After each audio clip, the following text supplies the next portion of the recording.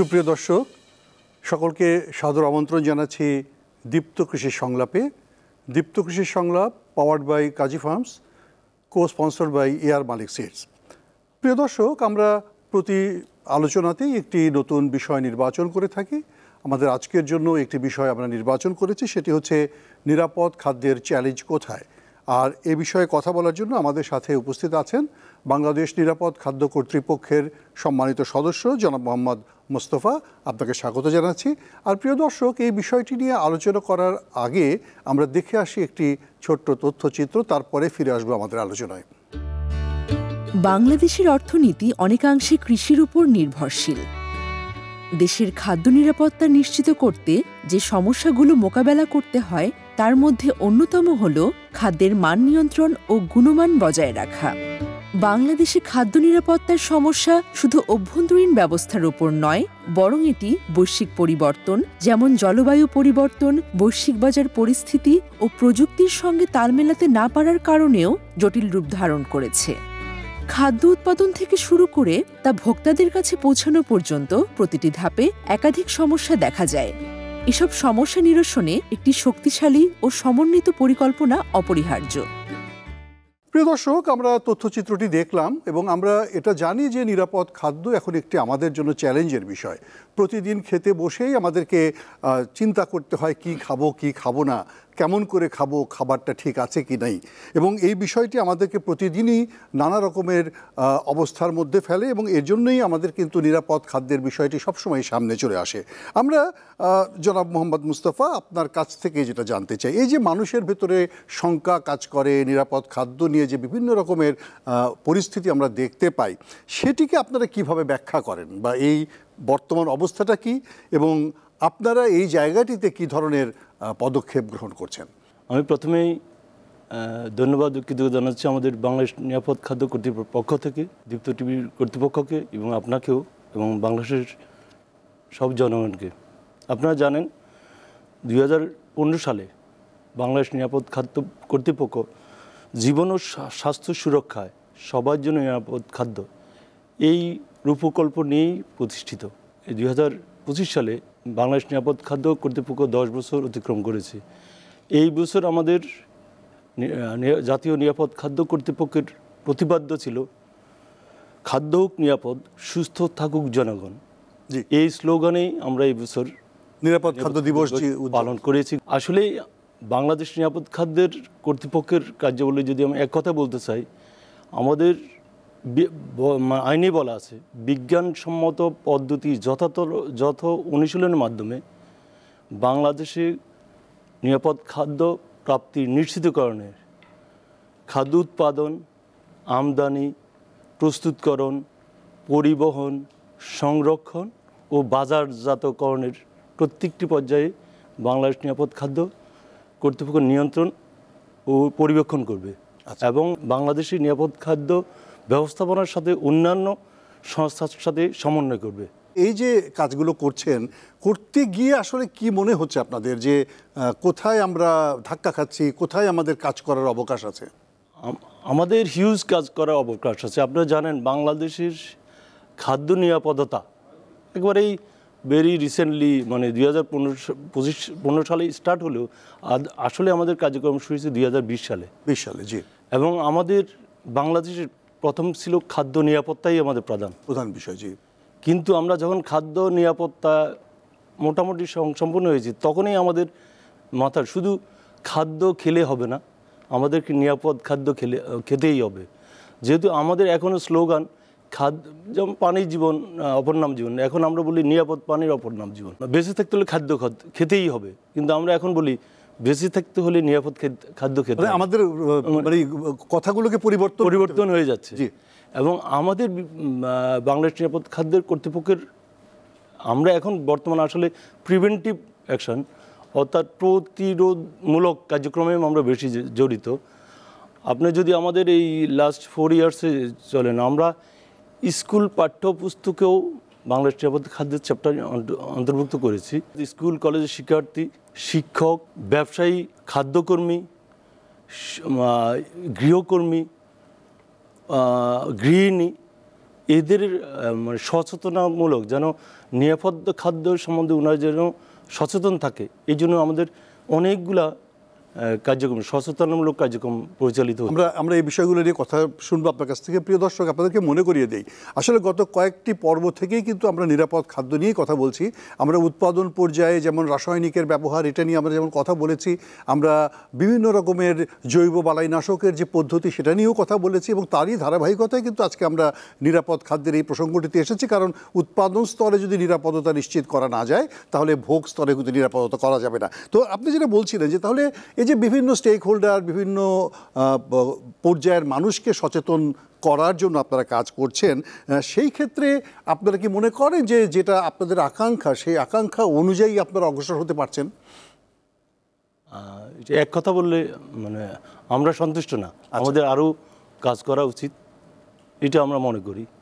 তবে এখানে একটা কথা মনে রাখতে হবে, আমি আগে বলছি আমাদের সমন্বয়টা হচ্ছে ইম্পর্টেন্ট। যেমন আপনি যদি ধরেন খাদ্য উৎপাদনের সাথে 3টা বিভাগ জড়িত।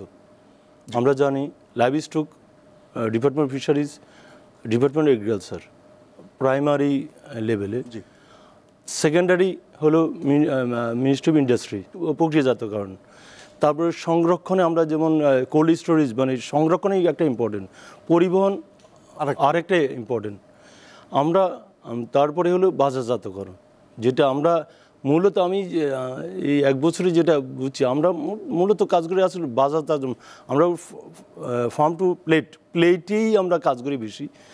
আর যেটা ফার্ম, আমরা বিভিন্ন সংস্থাকে আমাদের অবজারভেশনগুলো ওনাদেরকে জানাই।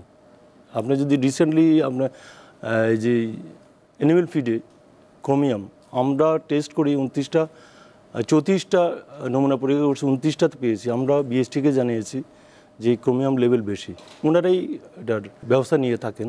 আমরা যেটা বলতে চাচ্ছি, আমরা আসলে সম্মিলিতভাবে কাজ করি, মানে বিভিন্ন সংস্থা যে আপনার সাথে জড়িত এবং সকলে মিলেই আপনি কাজ করার প্রয়োজনটাকে গুরুত্ব দিচ্ছেন। অনেকগুলো সংস্থা জড়িত থাকার কারণে আপনাদের শক্তি যেমন বেশি, আমার ব্যক্তিগত ধারণা হচ্ছে আমাদের ভিতরে সমন্বয়েরও কিছু সংকট আছে। আপনারা কি এইটাকে চ্যালেঞ্জ বলে মনে করছেন কি না, যে আমাদের যে বিভিন্ন বিভাগ তারা সম্মিলিতভাবে সমন্বিতভাবে আমরা একই রকম কাজ করতে পারছি কিনা? আপনার কি অবজারভেশন বা আপনাদের কি দৃষ্টিভঙ্গি এই বিষয়টা নিয়ে? না, আমাদের আরও বেশি সমন্বয় সাধন করা উচিত, এক কথায়। তো আপনাকে একটু বলি, যেমন 2024 সালে বিশ্ব স্বাস্থ্য সংস্থা কর্তৃক প্রকাশিত যেটা 193 মানে বিশ্বব্যাপী যে 193টা খাদ্যবাহিত রোগের প্রাদুর্ভাব হয়েছে, এর ভিতরে প্রায় 56% হলো বায়োলজিক্যাল জৈবিক দূষণ, 13% মতো হলো রাসায়নিক দূষণ, 19% হলো অ্যালার্জেন দূষণ, আর 11% হলো ভৌত দূষণ। তো আমাদের যেটা আপনি যেটা বলছেন খাদ্য উৎপাদনে, যে আমরা যেটা 13% যেই আমরা বলছি রাসায়নিক দূষণ, এই রাসায়নিক দূষণটা কিন্তু খাদ্য উৎপাদনের সাথে জড়িত। জি, এখানেই চ্যালেঞ্জ। মানে আমরা যেটা যেমন জনসাধারণ বলছি আপনারা সচেতন হন, সেটা হলো বায়োলজিক্যাল দূষণ, ওনারা সচেতন হলে ওটা থেকে নিষ্কৃতি পাবে।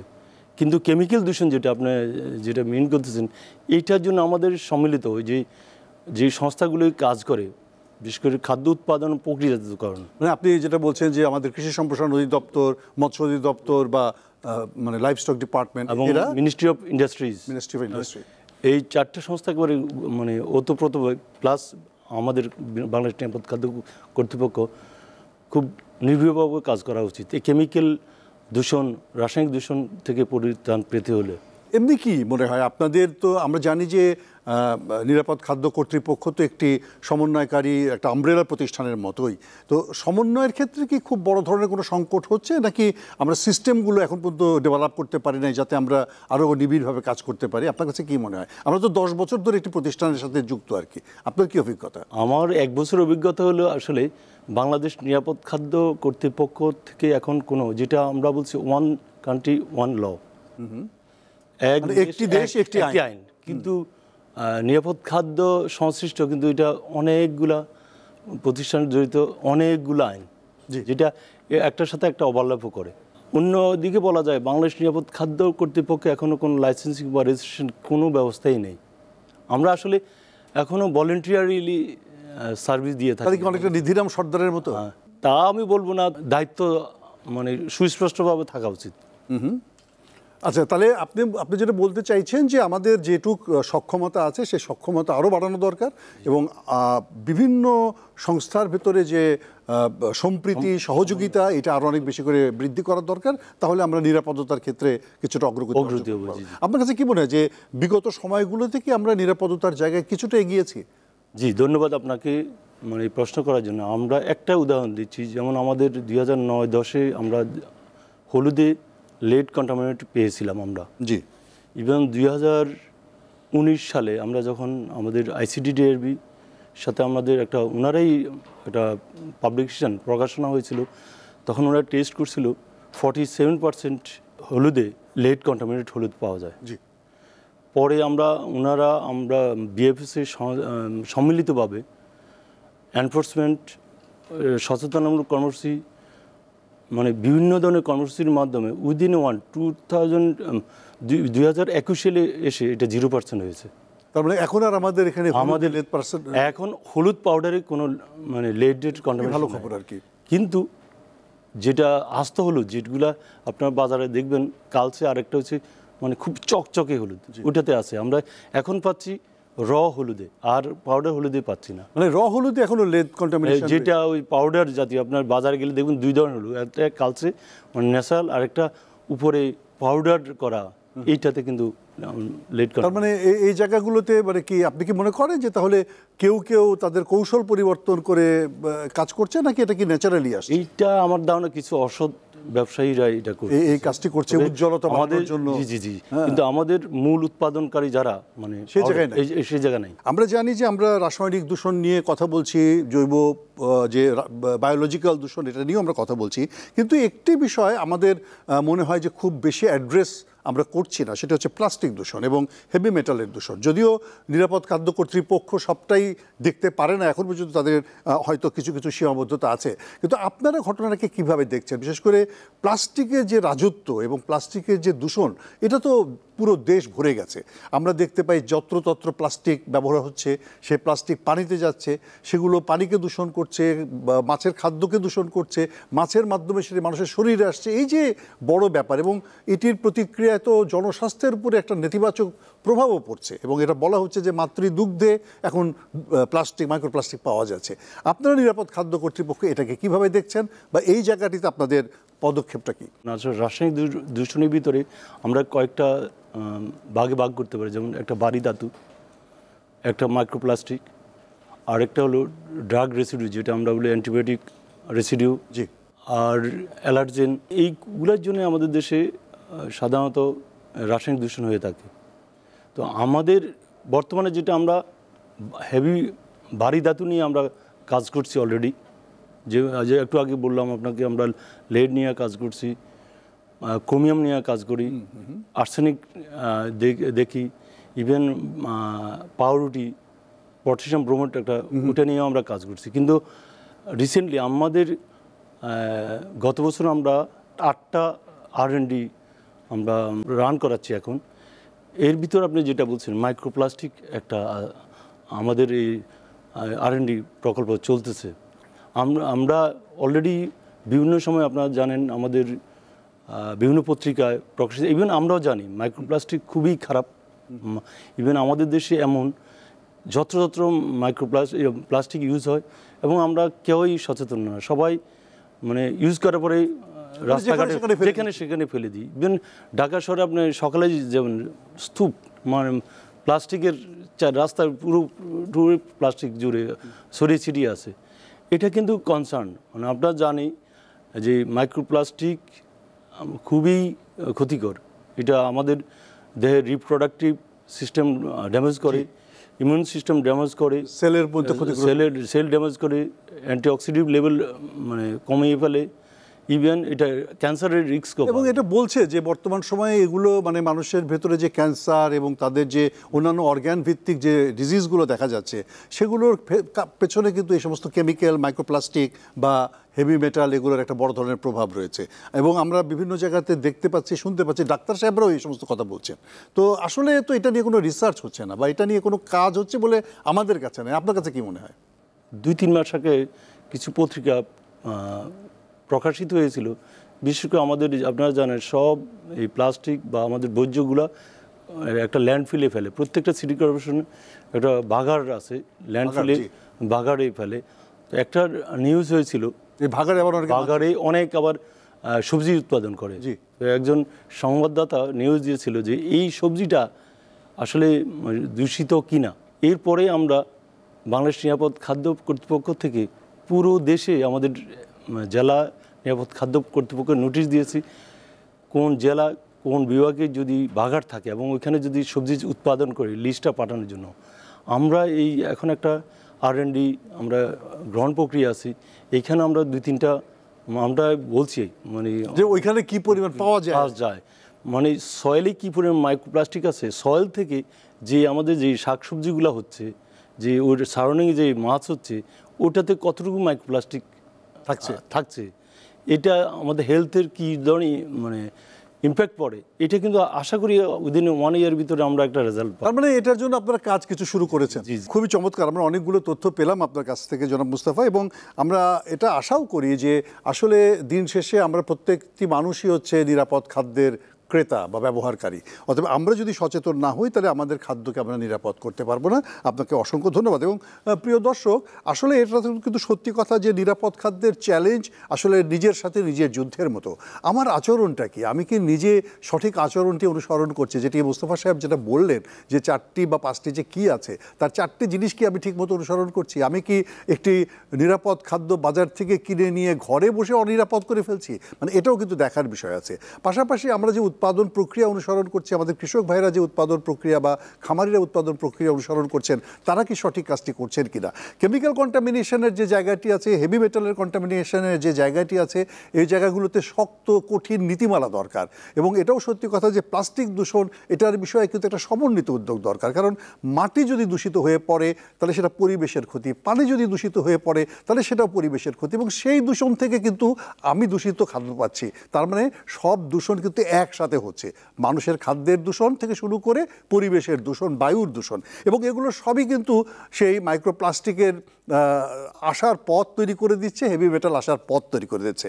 আমরা চাইবো যে এই জায়গাগুলোতে আমরা সকলে সচেতন হই। সরকারের সমস্ত সংস্থাগুলো একটি আমরা এরকম বলতে পারি যে ক্রুসেডের মতো ধর্মযুদ্ধ তারা শুরু করুক। কারণ মানুষের খাদ্যের মতো তো নিরাপদ জিনিস আমরা আর তৈরি করতে পারবো না যদি কোনো সঠিক নীতিমালা আমরা গ্রহণ না করি। এবং আমরা চাইবো যে এরকমভাবেই আমরা নিরাপদ খাদ্যের সংস্থান করব এবং এরকমভাবেই আমরা আমাদের সুস্থ জীবনকে নিশ্চিত করব। আমরা আমাদের অনুষ্ঠান শেষ করব। প্রিয় দর্শক, আমরা আলোচনা করছিলাম দীপ্ত কৃষি সংলাপে, powered by Kazi farms, co-sponsored by air Malik seeds. আগামী সপ্তাহে নিশ্চয়ই এরকমই কোনো বিষয় নিয়ে আপনাদের সামনে হাজির হব। আপনারা নিশ্চয়ই আমাদের সাথে থাকবেন। আমাদের সাথে থাকার জন্য আপনাদেরকে ধন্যবাদ। আলোচক মহোদয়, আপনাকে অসংখ্য ধন্যবাদ। আপনাকেও ধন্যবাদ এবং দীপ্ত টিভির কর্তৃপক্ষকেও ধন্যবাদ।